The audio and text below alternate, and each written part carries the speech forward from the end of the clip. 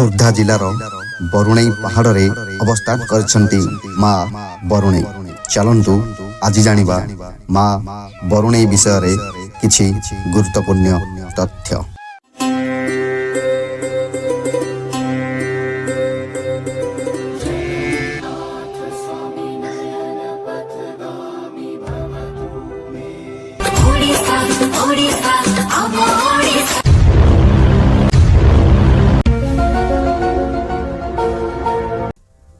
ଓଡ଼ିଶାର ଶେଷ ସ୍ୱାଧୀନ ଦୁର୍ଗ ତଥା ପୂର୍ବ ରାଜଧାନୀ ରୂପେ ପ୍ରସିଦ୍ଧ ଖୋର୍ଦ୍ଧା ହେଉଛି ଓଡ଼ିଶାର ହୃତ୍ପିଣ୍ଡ।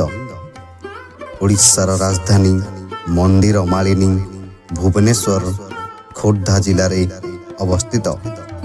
ଖୋର୍ଦ୍ଧା ସହରର ଉପକଣ୍ଠରେ ଅବସ୍ଥିତ ବରୁଣେଇ ଖୋର୍ଦ୍ଧା ଜିଲ୍ଲାର ଗର୍ବ ଗୌରବ ଓ କଳା ସଂସ୍କୃତିର ପାଠସ୍ଥଳୀ।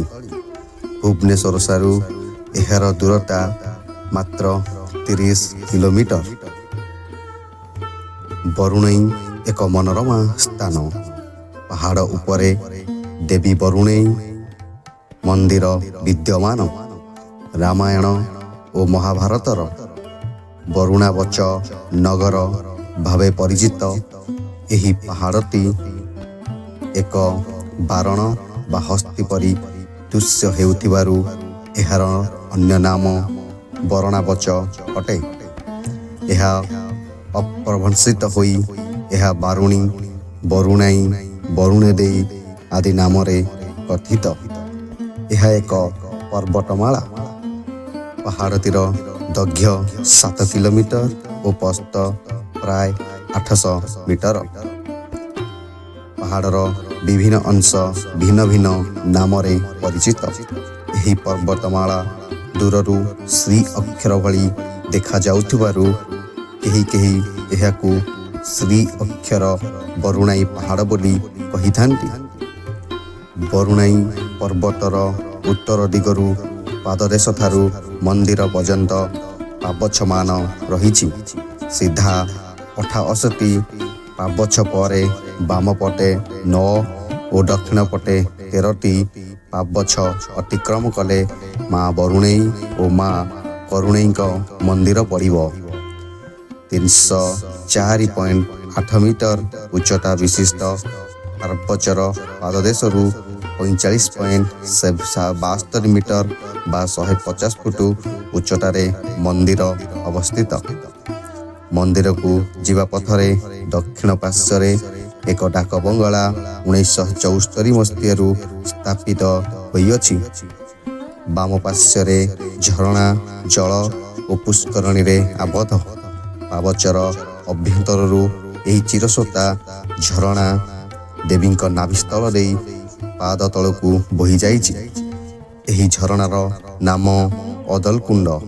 ଏହାର ଜଳ ପାଦୁକ ରୂପେ ବ୍ୟବହାର ହେଉଛି ଓ ବହୁ ଦୁରାରୋଗ ବ୍ୟାଧିକୁ ଆରୋଗ୍ୟ କରିବାର ଶକ୍ତି ଏହି ଜଳରେ ଅଛି ବୋଲି ଲୋକଙ୍କର ବିଶ୍ୱାସ ରହିଛି।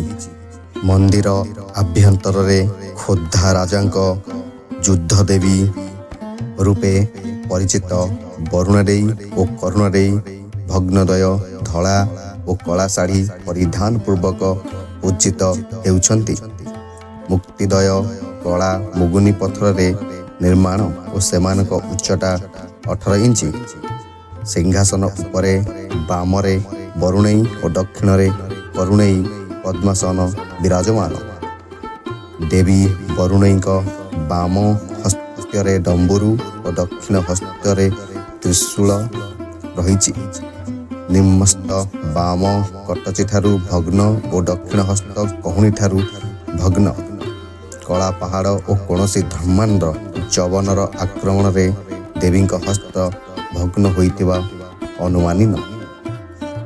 ଦେବୀ କରୁଣେଇଙ୍କ ବାମ ହସ୍ତରେ ଅଙ୍କୁଶ ଓ ଦକ୍ଷିଣ ହସ୍ତରେ କଳସ ରହିଛି। ଦେବୀଙ୍କ ମସ୍ତକରେ ଶୋଭା ପାଉଛି ଚଉଟା ମୁକୁଟ। ପୁଡ଼ା କରାଯାଇଛି। କେଶରାଶ ଉପରେ ପିନ୍ଧାଇ ଦିଆଯାଇଛି। ମେଖଳା, ଗୋଡ଼ବଳା, ବାଜବଳି, ଚୁଡ଼ି, ହାର ଆଦି ଦେବୀଙ୍କ ଅନ୍ୟାନ୍ୟ ସୌନ୍ଦର୍ଯ୍ୟକୁ ପ୍ରତିପାଦିତ କରୁଛି। ଦେବୀ ମୂର୍ତ୍ତି ନିକଟରେ ସିଂହ ମୂର୍ତ୍ତି ମଧ୍ୟ ରହିଛି। ଗଜପତି ପୁରୁଷୋତ୍ତମ ଦେବ କାଞ୍ଚି ଅଭିଯାନ କାଳରେ ବିଜୟନଗର ରାଜ୍ୟରୁ ଏହି ମୂର୍ତ୍ତିଦ୍ୱୟ ବିଜୟ ସନ୍ତାନ ରୂପକ ଆଣିଥିଲେ। ଏଠାରେ ଦେବୀଙ୍କୁ ଲାଗି କରାଯାଉଥିବା ଭୋଗର ଏକ ବିଶେଷତ୍ୱ ଅଛି। ପଣସ ପତ୍ର ଠେଲାରେ ଅରୁଆ ଚାଉଳ ପ୍ରସ୍ତୁତ କ୍ଷୀରି, ପୁରୀ, ଏଣ୍ଡୁରି ପିଠା ଭୋଗ ଓଡ଼ିଶାର ଅନ୍ୟ କୌଣସି ମନ୍ଦିରରେ ଲାଗି କରାଯାଏ ନାହିଁ। ମନ୍ଦିରରେ ବିମାନ, ଦେଉଳ, ମୁଖଶାଳା, ଜଗମୋହନ, ଭୋଗ ମଣ୍ଡପ, ଗୁମୁଟ ରହିଛି। ଦେବୀଙ୍କ ସିଂହାସନ ଓ କୋଠା, ଭୋଗର ଆସ୍ଥାନ, ବିମାନ ଦେଉଳରେ ରହିଛି। ଜଗମୋହନଠାରେ ଭକ୍ତମାନେ ପୂଜା ଅର୍ଚ୍ଚନା କରନ୍ତି। ମନ୍ଦିରର ଶୀର୍ଷ ଦେଶରେ କଳସ ଉପରେ ଚକ୍ର ତ୍ରିଶୂଳ ଅଛି। ସମୀପରେ ଦେବୀ କନକ ଦୁର୍ଗା, ହନୁମାନ ଓ ମହାଦେବ ମନ୍ଦିର ମଧ୍ୟ ଅବସ୍ଥିତ। ପର୍ବତର ପାଦଦେଶରେ ଦୁଗ୍ଧଖାଇ ଠାକୁରାଣୀଙ୍କ ଆସ୍ଥାନ ରହିଛି। ଏହି ଦୁଗ୍ଧଖାଇ ବହୁ ପୁରାତନ। ରଜ ପର୍ବ ଓ ଦଶହରା ଏହି ଦୁଇ ପର୍ବ ସମାହାରରେ ପ୍ରତିବର୍ଷ ବରୁଣେଇଠାରେ ପାଳିତ ହୁଏ। ରଜଯାତ୍ରା ସମୟରେ 3 ଦିନ ଧରି ଏଠାରେ ବଡ଼ ମେଳା ଅନୁଷ୍ଠିତ ହୁଏ। ମେଳାର ମୁଖ୍ୟ ଆକର୍ଷଣ ଥାଏ ଠେକାମୁହାଁ। ଦଶହରାରେ ମହାଅଷ୍ଟମୀ ଦିନ ଚଣ୍ଡୀପାଠ କରାଯାଏ ଓ ବୋଦାବଳି ଦିଆଯାଏ। ଅଷ୍ଟମଙ୍ଗଳା ସ୍ତୁତିରେ ବରୁଣେଇ ପୀଠକୁ ଶକ୍ତିପୀଠ ରୂପେ ବର୍ଣ୍ଣନା କରାଯାଇଛି। ଏଠାରେ ବୌଦ୍ଧ ଧର୍ମର ଏକ ଶାଖା ବ୍ରଜଯାନ ମାନଙ୍କର ଉପାସନା ହେଉଥିବାର ପ୍ରମାଣ ମିଳେ।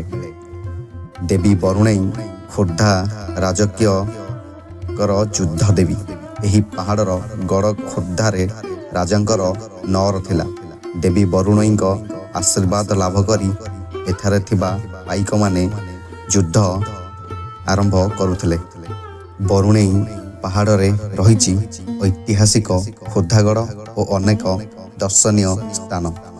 ପାହାଡ଼ ଉପରେ ରହିଛି ପାଣ୍ଡବ ଗୁମ୍ଫା। ଏହାକୁ ମଧ୍ୟ କେହି କେହି ପାଣ୍ଡବ ହରା ମଧ୍ୟ କହିଥାନ୍ତି। ପାଣ୍ଡବମାନେ 14 ବର୍ଷ ବନବାସରେ ଥିଲାବେଳେ ଏଠାରେ କିଛି ଦିନ ଅଜ୍ଞାତବାସ କରିଥିଲେ ବୋଲି କୁହାଯାଇଛି। ପାଣ୍ଡବ ଓ କୌରବ ମଧ୍ୟରେ ହୋଇଥିବା ପଶା ଖେଳରେ ପାଣ୍ଡବମାନେ ହାରିଯାଇଥିବାରୁ ଏହା ପାଣ୍ଡବହରା ନାମରେ ନାମିତ। ପ୍ରଭୁ ଶ୍ରୀରାମଚନ୍ଦ୍ର ବନବାସ ସମୟରେ ବରୁଣେଇ ପାହାଡ଼ରେ ଅବସ୍ଥାନ କରୁଥିଲେ। ସେ ବିରାଜମାନ କରୁଥିବା ପଥରକୁ ଶ୍ରୀରାମ ପଥର ବୋଲି କୁହାଯାଏ। ଏଠାରେ ସୀତାକୁଣ୍ଡ ଦେଖାଯାଏ। ଦେବୀ ସୀତା ରୋଷେଇ ସାରି ଏହି ସ୍ଥାନରେ ହାଣ୍ଡି ଧୋଇ କହିଥିଲେ ଯେ ସୃଷ୍ଟି ଥିବା ପର୍ଯ୍ୟନ୍ତ ଏଠାରେ ପାଣି ଶୁଖିବନି। ପାଣିର ରଙ୍ଗ ଗାଢ଼ କଳା। ପ୍ରଚଣ୍ଡ ଖରାରେ ମଧ୍ୟ ଏଠାରେ ପାଣି ଦେଖିବାକୁ ମିଳେ। ଏ ପାଣି ଜମା ଶୁଖେ ନାହିଁ। ଏହା ଥିଲା ମା ବରୁଣେଇଙ୍କର କିଛି ଗୁରୁତ୍ୱପୂର୍ଣ୍ଣ ତଥ୍ୟ। ଜୟ ଦେବୀ ବରୁଣେଇ।